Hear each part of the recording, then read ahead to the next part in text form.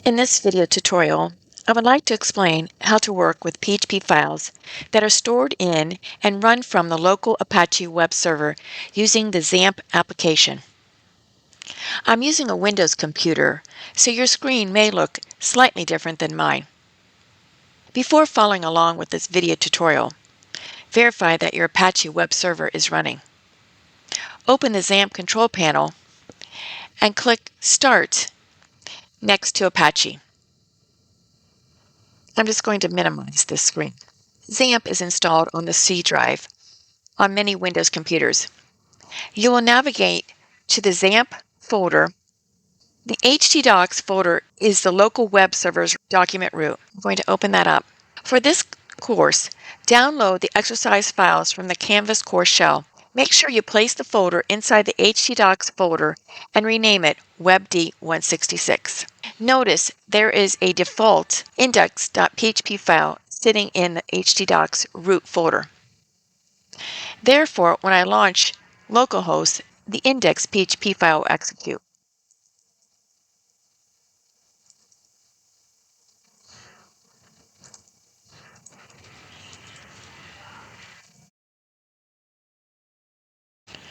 I have launched localhost in my browser, and I see a web page which displays the XAMPP application. Notice it has redirected me to the dashboard.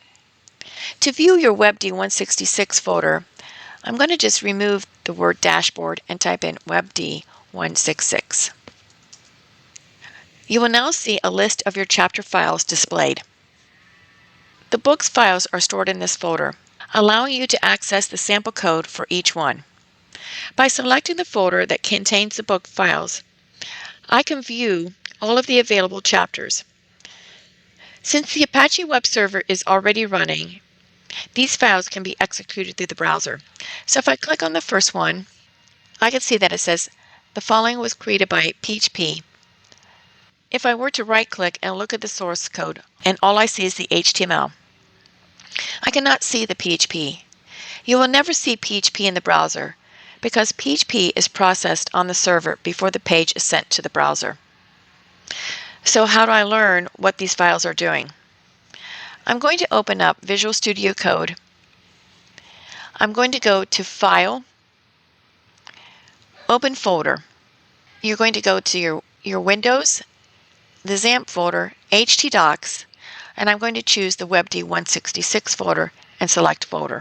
Now I can see all of the files. If I click on the chapter 01 folder and I select the hello1.php file, I can see the PHP code. I cannot test the PHP code by simply opening the file directly in the browser or by using a regular HTML preview tool because I need to run the file from the web server, which is localhost. Therefore, I would need to go back to my browser that has the localhost URL. I'm going to go back to hello1.php, and here is the file. I'm going to go back into Visual Studio Code. I'm going to close the 01 folder, and in the 02 folder, I'm going to close the hello1 PHP file. And I'm going to go ahead and I'm going to right-click on the 02 folder, and I'm going to create a new file. And I'm going to name this assignment2.php.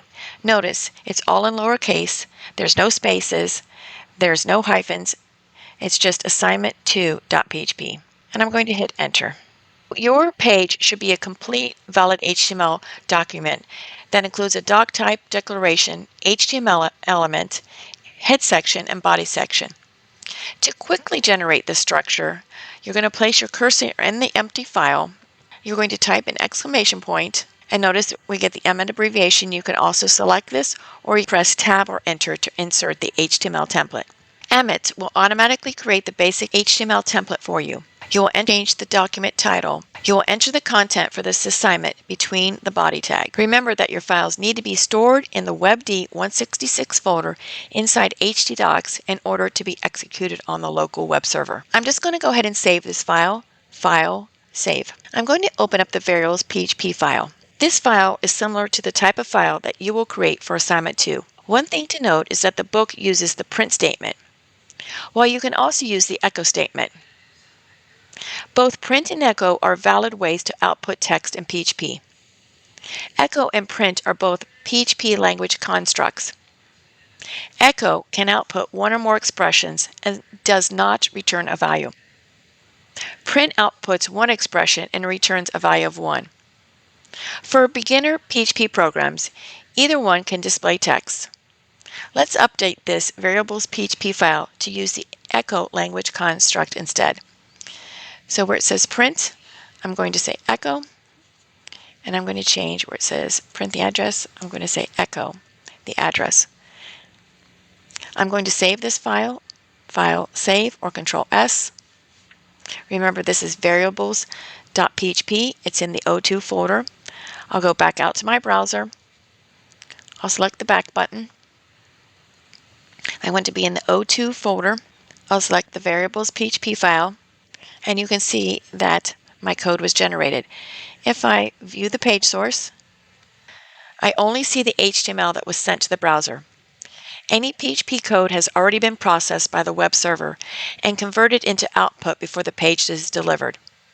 Because of this, you will not see the original PHP code in the browser's source code. Remember that you will typically work with several windows at the same time.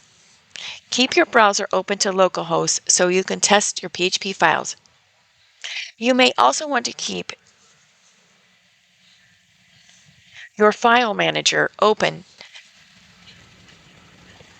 to verify that your files are saved in the correct folders. In addition, keep Visual Studio Code open so you can view, edit, and create your work. Each week, spend time reviewing the code examples and exploring how they work.